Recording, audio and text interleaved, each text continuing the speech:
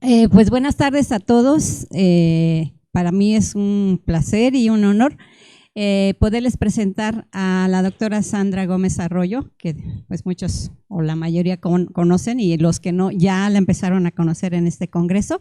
Ella nos va a presentar lo que ha significado su labor, su trabajo en la institución donde ella labora, que la tenemos ahí en la pantalla. Entonces le paso el micrófono a la doctora, si es tan amable. Buenas tardes. Generalmente hablo moviéndome de un lado para otro, pero entre el micrófono, el indicador y todo esto, creo que voy a hacerlo desde aquí. Es para mí un gusto estar esta tarde con ustedes. ¿Sí se oye? ¿No? ¿Aquí? Acá. Decían como si fuera a cantar, como si fuera el karaoke, decía Maru. ¿Ahí ya se oye bien? ¿Aquí? Bueno, les comentaba que es para mí un gran gusto estar esta tarde aquí con ustedes. Realmente ha sido un placer para mí volver a ver a tantos y tantos amigos, miembros de la Sociedad Mexicana de Genética y no miembros de la Sociedad Mexicana de Genética, alumnos que ahora nos acompañan. Y realmente este tema pues me surgió como una reflexión de cuál ha sido mi contribución ahora que acabo de cumplir 50 años de actividad académica en la UNAM y que llevo cerca de 48 años de ser investigadora. ¿Cuál ha sido mi contribución? ¿Qué he aportado a la Sociedad Mexicana de Genética? Y antes de iniciar, pues quiero agradecer a los organizadores, principalmente a la presidenta, a la doctora, a la maestra Irma Dueñas, la invitación que me hicieron y el permitirme presentarles este trabajo. Sin más preámbulo y antes de iniciar la plática, les quiero hacer un reconocimiento o un recuerdo al doctor Rafael Villalobos Pietrini, que ya en la mañana nos decía la maestra María Eugenia Eres, pues realmente ha sido también un pilar de la genética, uno de los principales iniciadores de esta disciplina en México. Y pues yo fui su alumna, él fue mi maestro, yo me formé con él. Posteriormente, por situaciones de la propia UNAM, cuando uno se hace investigadora titular, tiene que formar su propio grupo y fue en el momento en que nos separamos, pero siempre seguimos colaborando con nuestras investigaciones.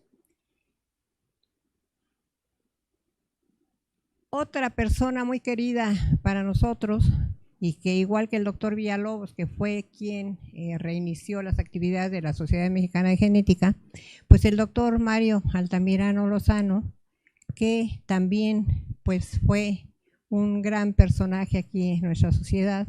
Y a Mario lo quiero recordar con mucho cariño porque Mario fue mi alumno de licenciatura y de maestría. Posteriormente sus intereses pues fueron trabajar otros sistemas de prueba, pero pues yo quise hacerles un reconocimiento a la labor que tuvieron tanto en la difusión de la genética como en la formación de recursos humanos.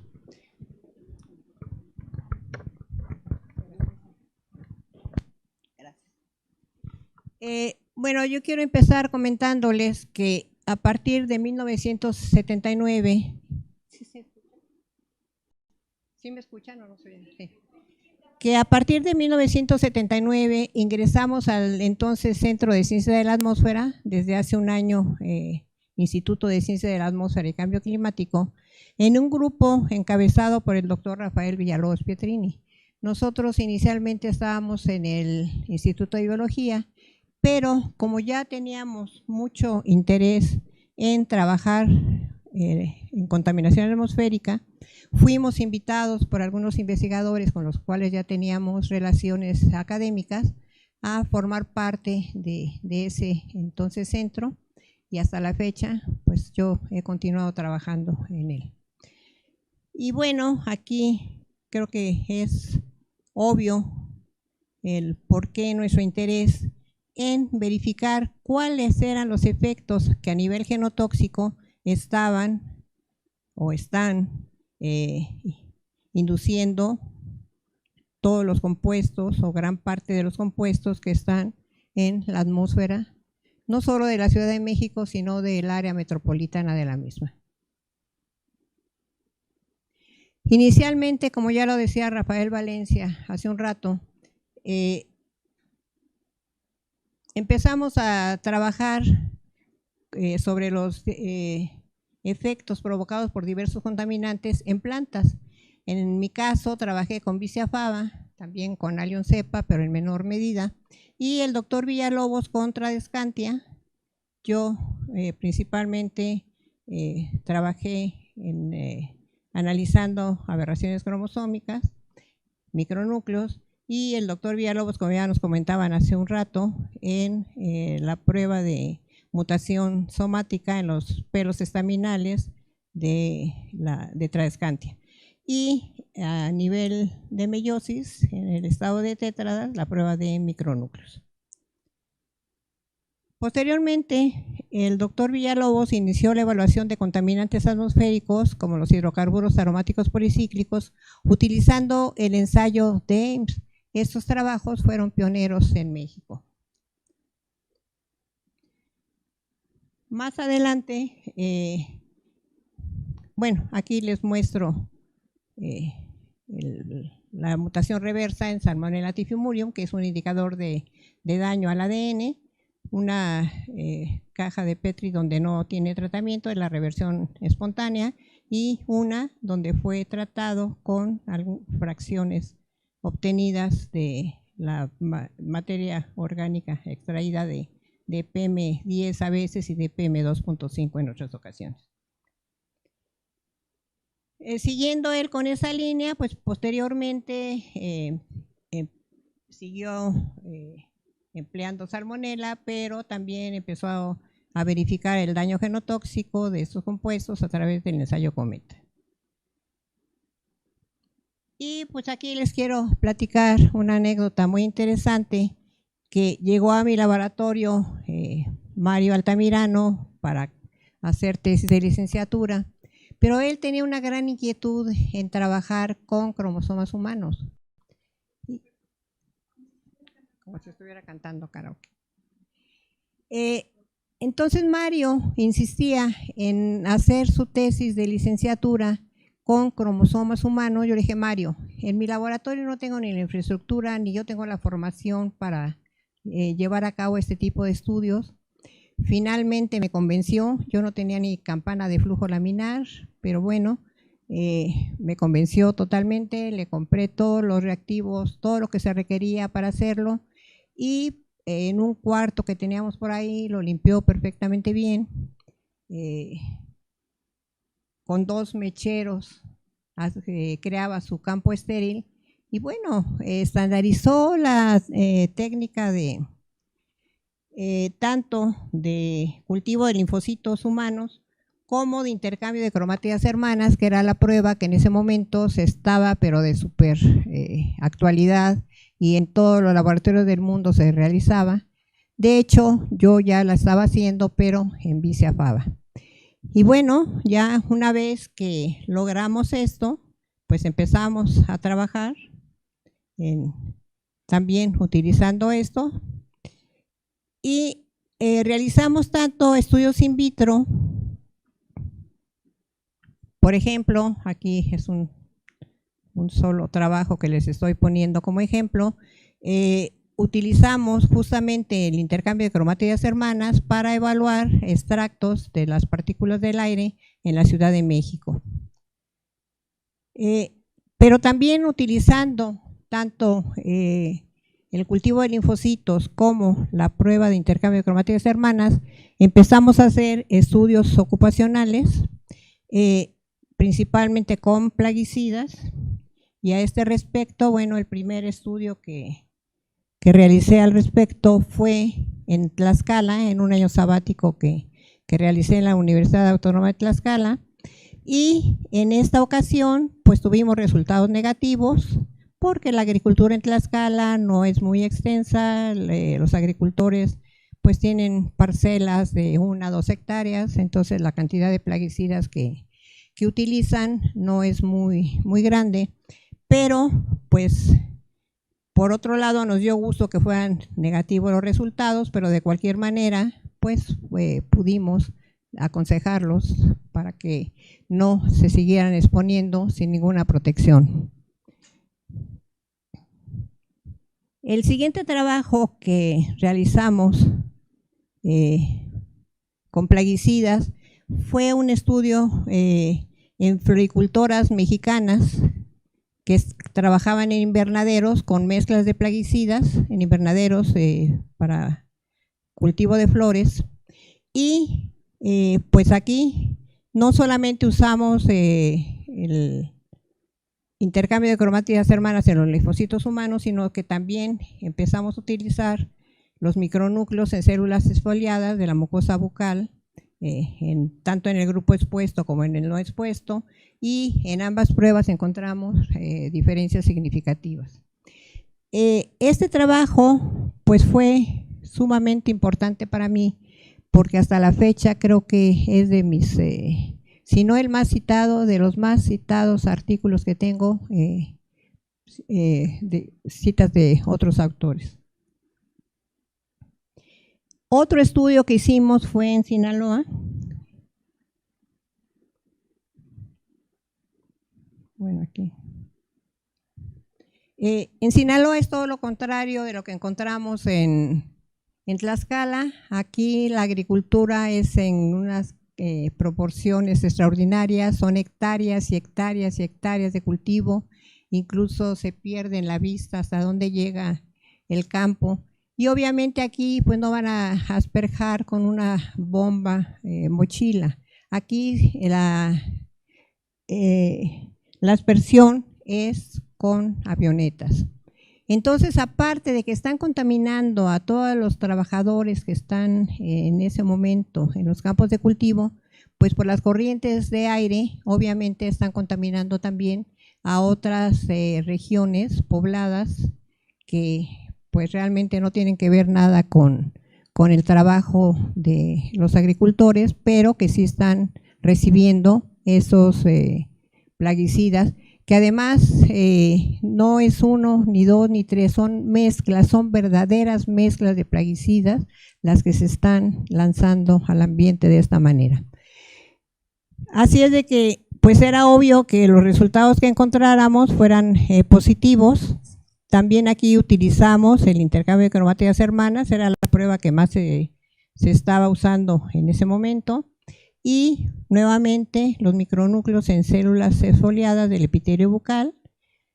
Y aquí hay un detalle interesante. Este trabajo fue parte de la tesis de una de mis alumnas, de María del Carmen Martínez Valenzuela, y ella hizo su doctorado en el posgrado en Ciencias Biológicas.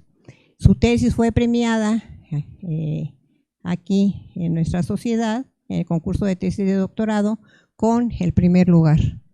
Y bueno, pues esto nos llenó de gusto y de satisfacción en aquel momento y hasta la fecha. Otro trabajo interesante que realizamos fue en el estado de Guerrero.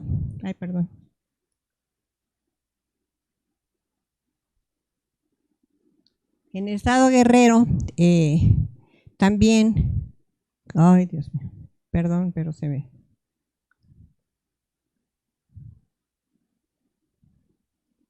Es que confundí. Bueno, aquí también hicimos un trabajo muy interesante donde hicimos un biomonitoreo también en los municipios de Arcelia, Juchitlán y Tlapehuala. Bueno, más bien son pueblos. Esto es en la zona de Tierra Caliente, en Guerrero.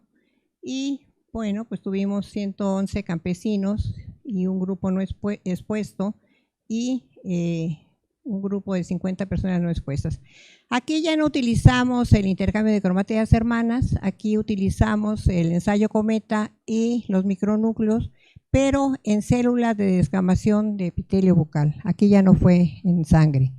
Aquí las dos pruebas las hicimos en estas células esfoliadas, y en las dos pruebas los resultados fueron significativamente diferentes entre las dos poblaciones.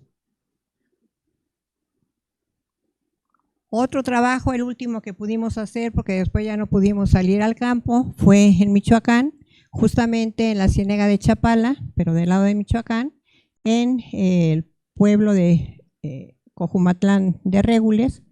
Y aquí este trabajo no lo publicamos en alguna revista, sino que formó parte de un libro que publicamos porque se hicieron varios estudios al mismo tiempo y en diferentes disciplinas, y entonces decidimos publicarlo en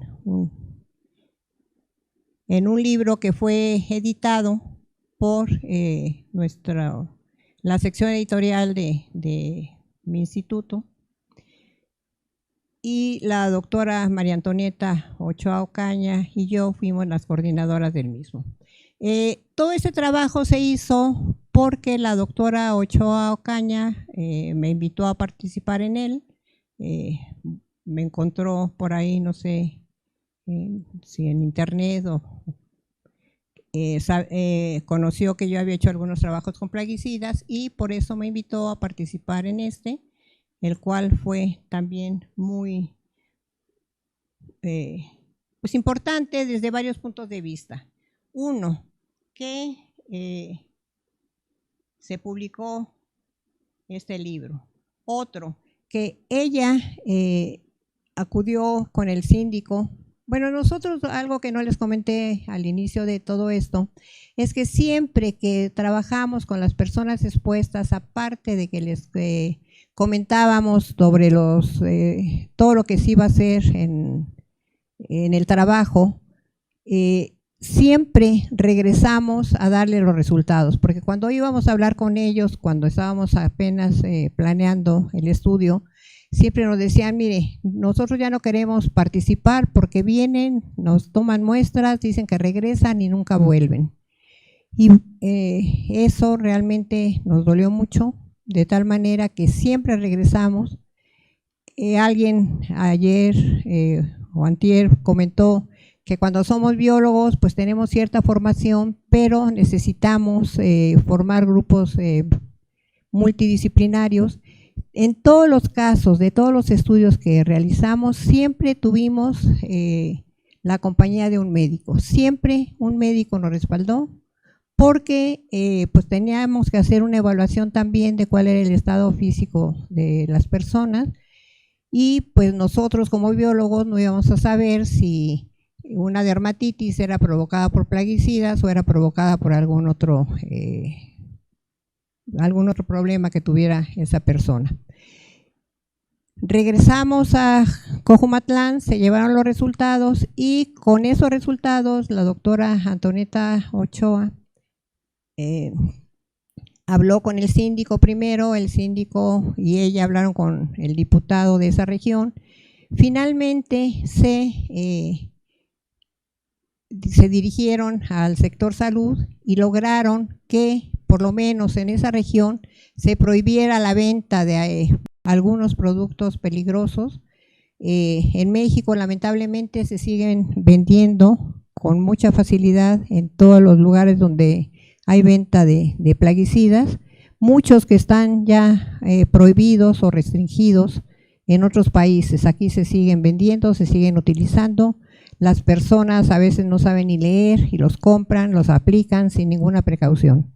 Entonces esto pues creo que fue un granito de arena, aunque muy pequeño, pero por lo menos siempre hemos querido que nuestro trabajo no quede simplemente en un artículo, sino que tenga repercusión en las personas que están teniendo ese gran riesgo. Lamentablemente también los resultados fueron positivos. Aquí se hicieron también varias pruebas y pues esto es interesante.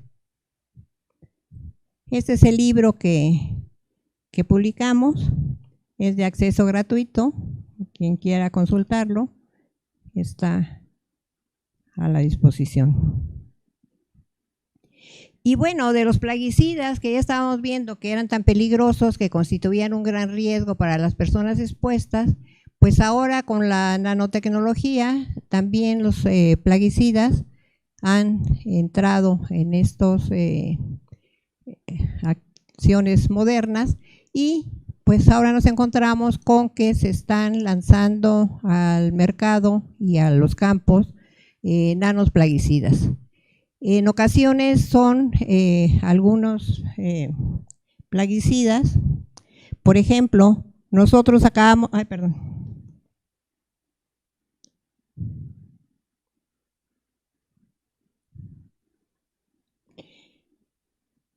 de hacer un trabajo, que también es la tesis de una de mis alumnas que está a punto de doctorarse, donde se utilizaron dos plaguicidas comerciales que se llama Karate y Ampligo. Ambos son piretroides cuyo principio activo es lambda-cialotrina. Los dos tienen fracciones micro y nano encapsuladas. Entonces, ¿qué hicimos? Pues se separaron las dos fracciones, la micro y la nano, se evaluaron a través de la prueba de micronúcleos en células binucleadas y en el ensayo Cometa, las dos en linfocitos de sangre periférica humana. Y pues en el caso de micronúcleos, bueno, también se probó el plaguicida completo y las dos fracciones, y para el caso de los micronúcleos observó que se provocó mayor daño con la fracción nano, mientras que para el ensayo Cometa fue el plaguicida completo. Entonces aquí ya estamos teniendo otro tipo también de experiencias. Esto, como les digo, fue in vitro, pero ¿qué va a ocurrir en el ambiente? ¿Qué va a ocurrir con las personas expuestas si ahora también se están utilizando este tipo de nanotecnología en los plaguicidas? Gracias.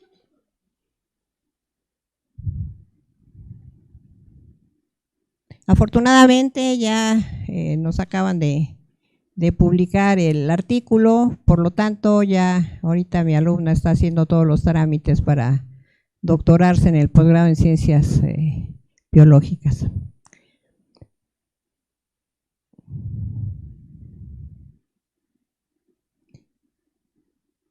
Otros estudios que hicimos de tipo ocupacional, pero ya no con plaguicidas, fue donde nuevamente utilizamos el intercambio de cromátidas hermanas en linfocitos. Aquí fue expuestos a contaminantes producidos durante la refinación del petróleo. Esta alumna, Sofía López Cruz, llegó también un día a mi laboratorio y me dijo: doctora, yo sé que usted está trabajando con plaguicidas, pero yo soy de Tula Hidalgo, soy bióloga de la Facultad de Ciencias, acabo de terminar la carrera y quisiera hacer mi tesis sobre los problemas que pueden tener en los cromosomas las personas que están expuestas a los gases que se están desprendiendo durante la refinación del petróleo, porque mi hermano trabaja ahí y yo le he platicado que puede provocarse alguna situación pues grave, y él está muy interesado, ya habló con sus compañeros y pues están totalmente dispuestos a colaborar en el estudio porque quieren saber pues cuál es su situación. Yo hablé con mi director, hicimos una carta solicitando que nos permitieran entrar a la refinería de Tula Hidalgo y la respuesta fue negativa, no nos dejaron entrar o no dejaron entrar a mi alumna. Entonces, ¿qué hacían? Pues le comentó a su hermano, el hermano dijo: no hay problema, los sábados que salimos al mediodía voy a hablar con mis compañeros, nos vemos allá afuera, se iban un poquito más retirados y ahí en la calle tomaba las muestras y se las llevaba ese mismo día al laboratorio. O sea, realmente ese entusiasmo que tenemos los biólogos y las biólogas, creo que es increíble, ¿no? Hizo el estudio y también su tesis concursó en nuestra sociedad. Ganó el primer lugar en la categoría de licenciatura en el 7º Congreso Nacional de Genética, organizado por nosotros, y bueno, pues tuvimos una publicación al respecto. Otro trabajo, fíjense ahí qué diferentes son las opiniones en ocasiones. Esta otra alumna, Valeria Sousa, también llegó a mi laboratorio, hizo el servicio social ahí conmigo y también me dijo, doctora, a mí me encantaría poder hacer la tesis con usted. Tengo un tío que tiene una fábrica de resinas furoicas donde utilizan el alcohol fluorílico y su aldehído, el furfural. Yo le he comentado a mi tío que el tipo de trabajo que está usted haciendo y él tiene especial interés en que si usted está de acuerdo, este sea el tema, mi tema de tesis, porque le interesa muchísimo saber cuál es el estado de salud de sus trabajadores y ver si ya tienen algún problema en los cromosomas, pues ayudarlos, retirarlos, darles equipo de protección. O sea, ven dos situaciones totalmente diferentes. En un lado ni siquiera nos dejan entrar para que tomen las muestras y en otro lado nos están pidiendo que si podemos hacer ese estudio. Incluso el tío nos ayudó dándonos reactivos, los medios de cultivo. Fue una experiencia sumamente agradable. Sí encontramos diferencias significativas. Aquí utilizamos nada más el intercambio de cromatías hermanas, como les decía. Sí hubo diferencias significativas y bueno, se llevaron los resultados con el tío, con los trabajadores y pues creo que sí hubo muy buena respuesta del dueño de esta fábrica. Y bueno, un grupo de agentes tóxicos que nos ha interesado mucho evaluar son los metales pesados. Y esto estando en el Centro de Ciencias de la Atmósfera o ahora en el Instituto de Ciencias de la Atmósfera y Cambio Climático, pues nos interesan muchísimo porque estos son los principales agentes inorgánicos que se unen a las partículas suspendidas y pueden generar diferentes efectos en la salud, como ya todos sabemos. Entonces es un campo que hemos desarrollado desde hace muchísimo tiempo. Tanto que les quiero mostrar ese artículo que publicamos hace muchos años, donde se puede ver aquí en los autores, no sé si alcancen a ver, pero aquí está de autor Mario Altamirano, y estos son sus inicios en el trabajo con metales pesados. Cuando estuve en el laboratorio trabajando conmigo, esta no fue precisamente su tesis de licenciatura, fue otro tema el que trabajó, pero en aquella época había un grave problema en el poblado de Lechería del Estado de México por la contaminación tan grande que se estaba llevando a cabo por aquella fábrica de cromatos de México, que todo el pueblo estaba contaminado con cromo, incluso una escuela que era vecina de la fábrica, tenía en sus paredes totalmente, se veía ahí el cromo, y bueno, se formó un grupo multidisciplinario, fuimos invitados nosotros y pues Mario colaboró en ese estudio y como les decía fueron sus inicios en el trabajo de metales pesados que pues continuó durante casi toda su actividad académica, o durante toda su actividad académica. Y aquí estoy viendo a muchísimos, a varios de sus alumnos que estuvieron bajo la formación del mismo y que han continuado en ese sentido trabajando con los metales pesados. Ya en la mañana nos hablaban del efecto del vanadio, lo cual conozco mucho al respecto porque he participado en varios trabajos, en varias tesis, etcétera, del grupo de Mario y ahora de Juan José.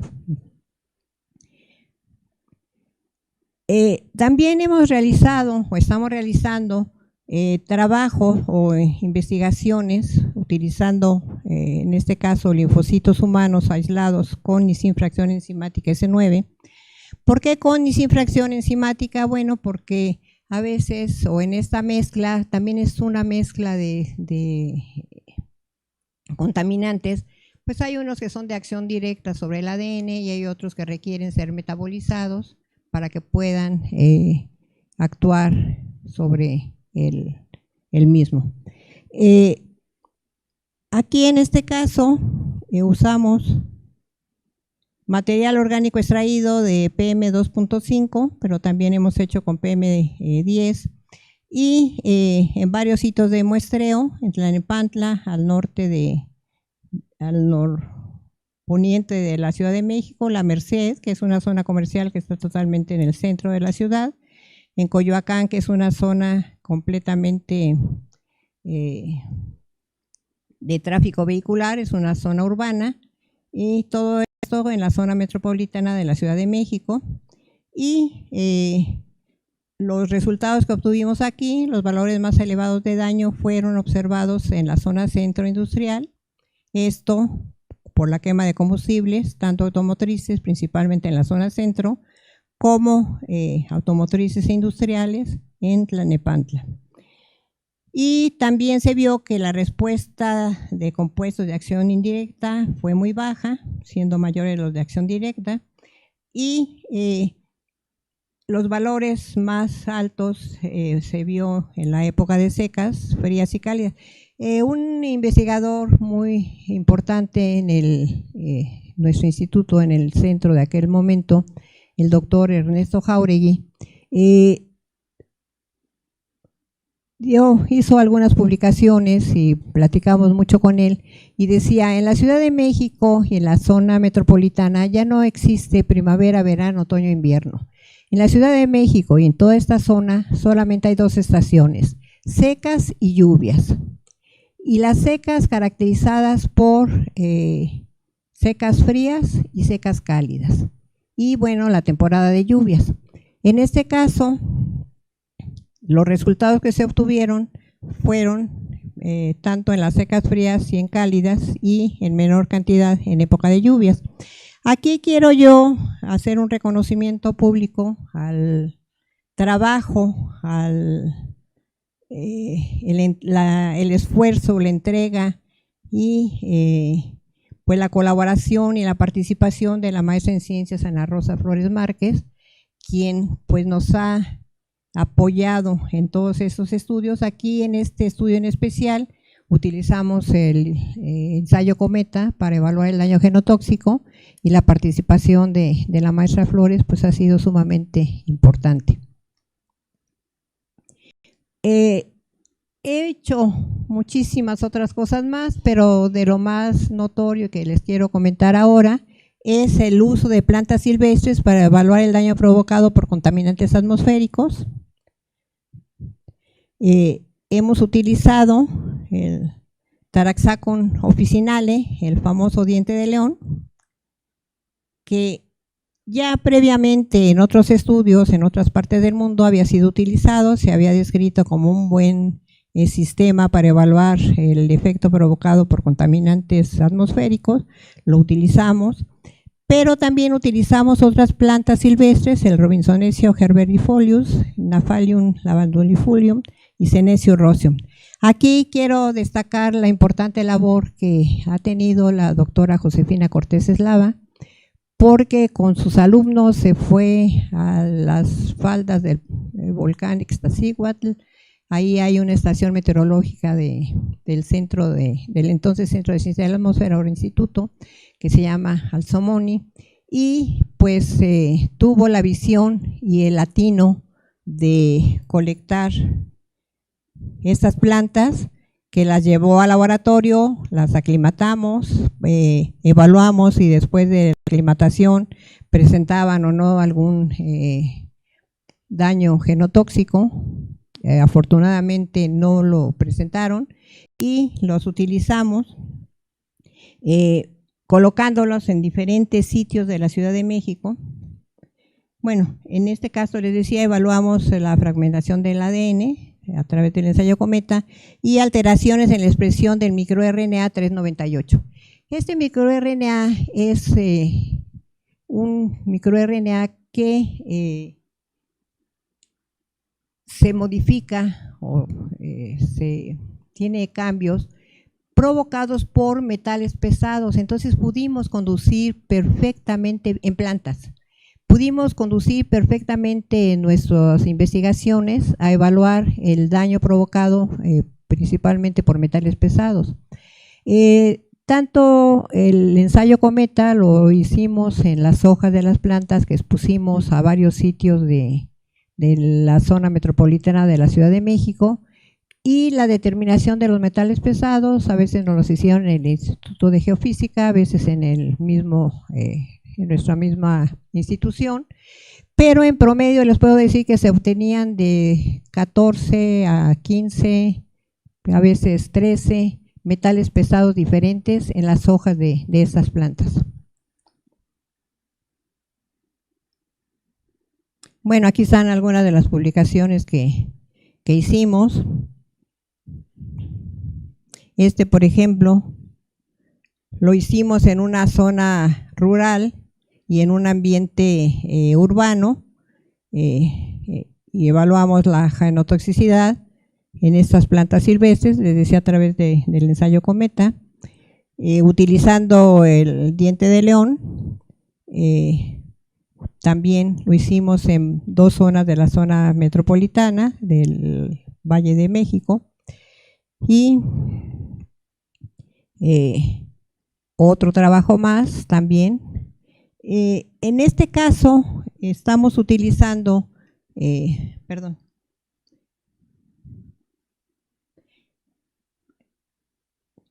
cuando estamos analizando, utilizando para los estudios el RNA, el microRNA que les comentaba, hemos tenido un apoyo muy importante del doctor Francisco Arenas Huertero del Hospital Infantil Federico Gómez, que nos ha ayudado de una manera muy importante. Y desde luego que la doctora Josefina Cortés Eslava también ha contribuido de una manera extraordinaria en todos estos estudios que hemos hecho con estas plantas, por lo cual tanto a la maestra Ana Rosa Flores como a la doctora Josefina Cortés, pues les agradezco mucho toda esta colaboración que he tenido de ellas. Y bueno, los resultados, las plantas que utilizamos mostraron ser excelentes biomonitores de daño genotóxico. Se observa, bueno, aquí también fue interesante que, ay Dios mío, se me confunden las...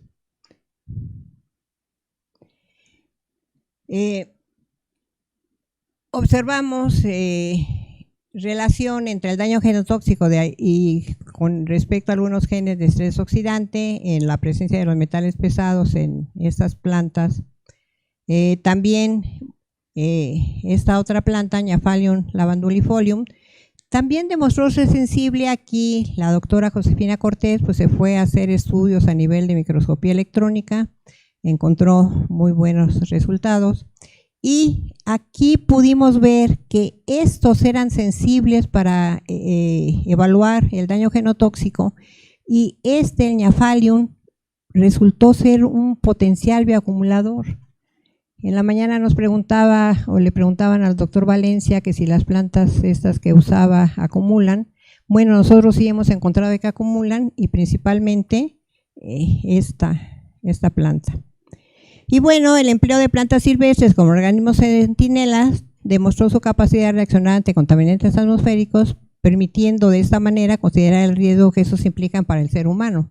Con esto no quiero decir que los resultados que estamos obteniendo los vamos a extrapolar directamente a lo que pueda ocurrir con el hombre, o lo que ocurre al hombre, o al ser humano, o a otros organismos, pero sí es una aportación más a la batería de pruebas en las que se está analizando el daño que están provocando este tipo de compuestos. Rápidamente, no sé cómo estoy de tiempo. Todavía tengo tiempo. Otro estudio muy bonito que hicimos fue evaluar el efecto genotóxico de contaminantes atmosféricos, pero en musgos. Utilizamos el musgo Hypnum amabile, que es un musgo que se utiliza en la época de Navidades, en las épocas de las posadas, cuando se ponen los nacimientos. Y pues Este musgo provino de Chignahuapan, Puebla, de una zona que no estaba absolutamente con ninguna contaminación atmosférica, ni tampoco del suelo, ni de nada, estaba en un bosque. La persona, nos contactaron con una persona que lo cultiva para venderlo, nos lo obsequiaron y no devastamos ahí porque pues realmente no fue tanto, bueno, sí fue mucho el que usamos, pero como lo usaban para venderlo, pues nos lo regalaron, pues fue realmente, no nos sentimos mal por estar devastando una zona en el ambiente de ese bosque. ¿Y qué hicimos con este musgo? Bueno, los musgos tienen ciertas características, no tienen raíces verdaderas y tampoco tienen sistemas vasculares para introducir los alimentos. Todo lo que consumen lo hacen a través de sus partes áreas, o sea, a partir de sus estructuras, de esas estructuras. Ahora necesitábamos saber, bueno, cómo las vamos a colocar en el ambiente contaminado. Pues esto lo consultamos con el doctor Omar Amador, que es investigador del grupo de biología y química atmosféricas. Le decíamos, oye, pues en redes de plástico no, porque se puede contaminar, porque hay ftalatos y, oye, pues con tal, no. Y total, finalmente la persona que contribuyó directamente en ese trabajo, el doctor Damián Alonso, que previamente había hecho su tesis con el doctor Luis Felipe Jiménez en la Facultad de Ciencias, haciendo estudios de ultraestructura, no en este musgo, pero sí en musgos, y se fue a hacer una estancia postdoctoral conmigo a mi laboratorio. Se le ocurrió que tela, el velo de novia, y él mismo, bueno, se lo propusimos al doctor Omar Amador, dijo, sí, lo probó, dijo, sí, perfecto, ese está ideal. Él mismo, Damián Alonso, hizo estas bolsas, yo mandé a hacer estos contenedores o estos sostenedores, y de esta manera colocamos los musgos. Aquí pues poníamos 500 gramos de musgo y los colocábamos en 5 sitios de la Ciudad de México. Bueno, más bien de la zona metropolitana de la Ciudad de México. En la propia ciudad fue Coyoacán, totalmente tráfico vehicular la contaminación. Iztapalapa, tráfico vehicular, pero también algunas industrias. La Merced, que ya les decía, totalmente vehicular, una zona comercial. En el Estado de México, San Agustín, que es en el área de Ecatepec, muy industrial, pero también mucho movimiento, mucho tráfico vehicular, sobre todo de vehículos pesados que utilizan diésel. Y Tlalnepantla, también muy industrial y también con mucho tráfico vehicular, también de mucho vehículo pesado que utiliza diésel. Todos estos corresponden a la red automática de monitoreo atmosférico y esto nos interesaba porque teníamos datos. La prueba que empleamos para evaluar el daño genotóxico fue el ensayo Cometa, que lo hicimos en esas estructuras, y en el Instituto de Geofísica la doctora Ofelia Morton nos detectó o nos determinó los metales pesados que estaban contenidos en los musgos. Encontró 14 de ellos y el doctor Omar Amador nos determinó los hidrocarburos aromáticos policíclicos que se habían acumulado en los musgos y nos encontró en promedio 22 de ellos.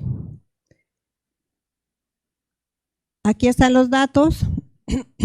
Considerando lo que les comentaba yo antes de que cómo estaban ahora las situaciones del clima en la Ciudad de México, pues empezamos a trabajar noviembre, diciembre, enero, y en esa época todavía febrero eran secas frías, marzo y abril secas calientes. Acuérdense que en marzo y sobre todo en abril hace un calor tremendo en la Ciudad de México, pero hay mucha sequía.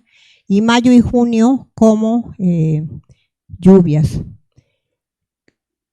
Llevamos una gran sorpresa al ver que la mayor cantidad de daño genotóxico a través del ensayo Cometa, como les decía, se llevó a cabo en la época de lluvias y pues aquí hubo mucha variabilidad.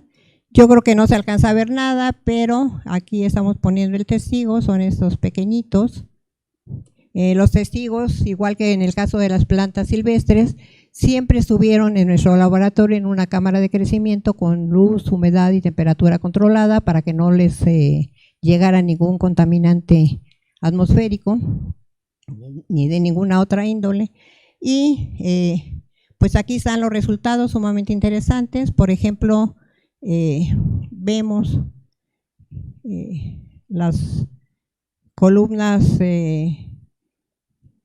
medio rojas son de Coyoacán, verdes Iztapalapa, anaranjadas La Merced, azules San Agustín, verde más oscuro o más que se nota más aquí fue Tlalnepantla. Y bueno, aquí en mayo, por ejemplo, en la época de lluvias, vimos que el mayor daño genotóxico fue en las zonas tanto industriales como de tránsito vehicular. Y en el acumulado de los 8 meses, pues vimos que el que presentó el mayor daño, el que provocó el mayor daño fue San Agustín, seguido de La Merced, y aquí curiosamente Tlalnepantla ya no aparece. Quizá fue tanto el daño que ya murieron los musgos y no se expresó el daño. Bueno, aquí están todas las personas que colaboraron en este estudio. El doctor, el maestro, esta fue una tesis de licenciatura, el doctor César Damián Alonso Murillo, que les digo fue a hacer la estancia postdoctoral ahí conmigo, desde luego a la doctora Josefina Cortés Eslava, Omar Amador, que nos determinó, como les decía, los hidrocarburos, Damián Alonso con el doctor Luis Felipe Jiménez también hicieron estudios a nivel ultraestructural, incluso vimos los metales dentro de los musgos. Ahorita, bueno, por razones de tiempo no les traje toda esta información, pero fue sumamente importante ver que sí estaban dentro, sí estaban acumulados, sí estaban almacenados ahí, y aparte de estar almacenados le estaban provocando al musgo daño genotóxico. Y bueno, la doctora Ofelia Morton, que fue quien nos hizo la determinación de los metales pesados.